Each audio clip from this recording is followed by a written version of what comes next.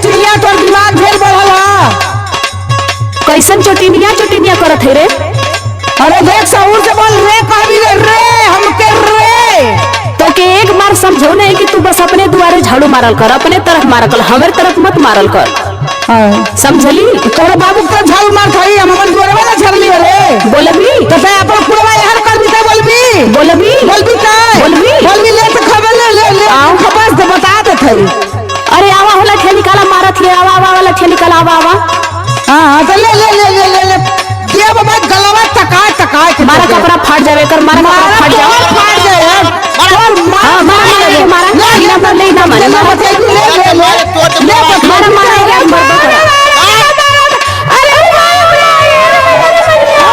बाप रे बचावा हो।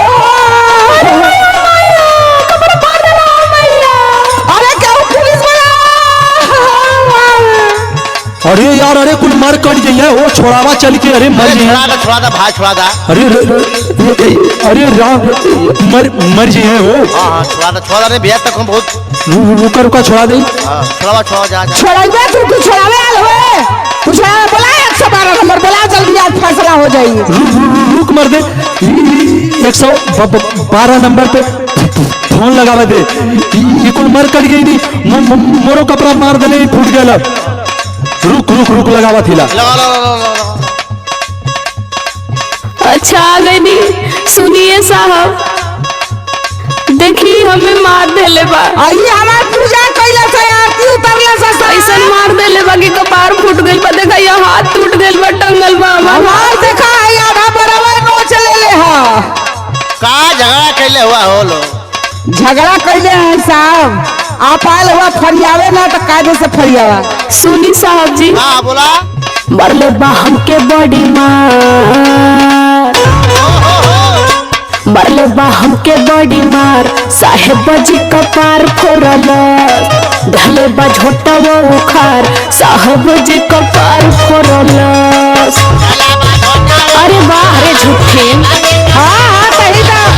दुआर बटोरले खातिर मरले हो, दुआर बटोरले खातिर। कहीं ना सच का पढ़ाई पियले है, कहीं ना सच बोले। अरे तू झाड़ू मारत हो कि झाड़ू के बहाने अपनावत हो? हम तो के ना जानी लगा।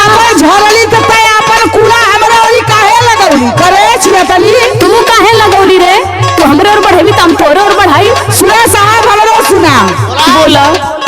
झूठा ही करे ले बवाल। सुना थोड़ा साहब? सुना था, बोला। झूठा ही करे ले बवाल, हमार बुरा हाल कइले बा। सब लोग जाने एकर चाल, हमार बुरा हाल कइले बा। तोहार चाल सब ना जानला। बताइला कहाँ ढेर भाग बढ़ला।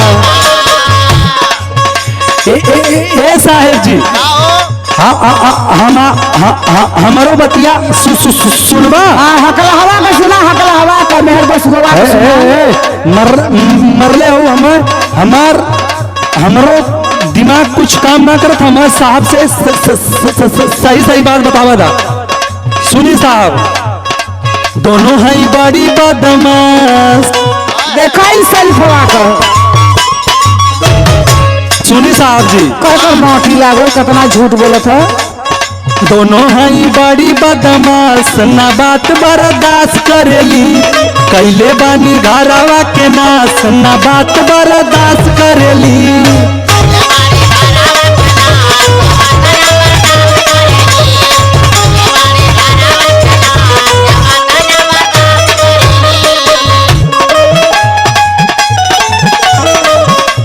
साहब दोनों मिली बहुत बदमाश है। कम बोल हकल हवा कम बोल। हाँ हकल हवा काबू। हाँ ओके कम मान लिया रे, करे छिया तनी के जवार। जवन तू मार मरले हो ना, आज के बाद तो से दीदी का संबंध है खत्म। अरे वो तो हमार राना देवर राना के हम बच गए ना, तो हमके मुआई अरे तोर देवर बाकी आवे ना हमरे मर्दे के तो के ना कुछ वही तो फिर तोहू कहिया कमजोर पौले तो जब बोला तब चढ़ के मार देलू। सुना साहब सुना, बोला। बेचतानी में मोर झुमका हेरायल हमार झुमका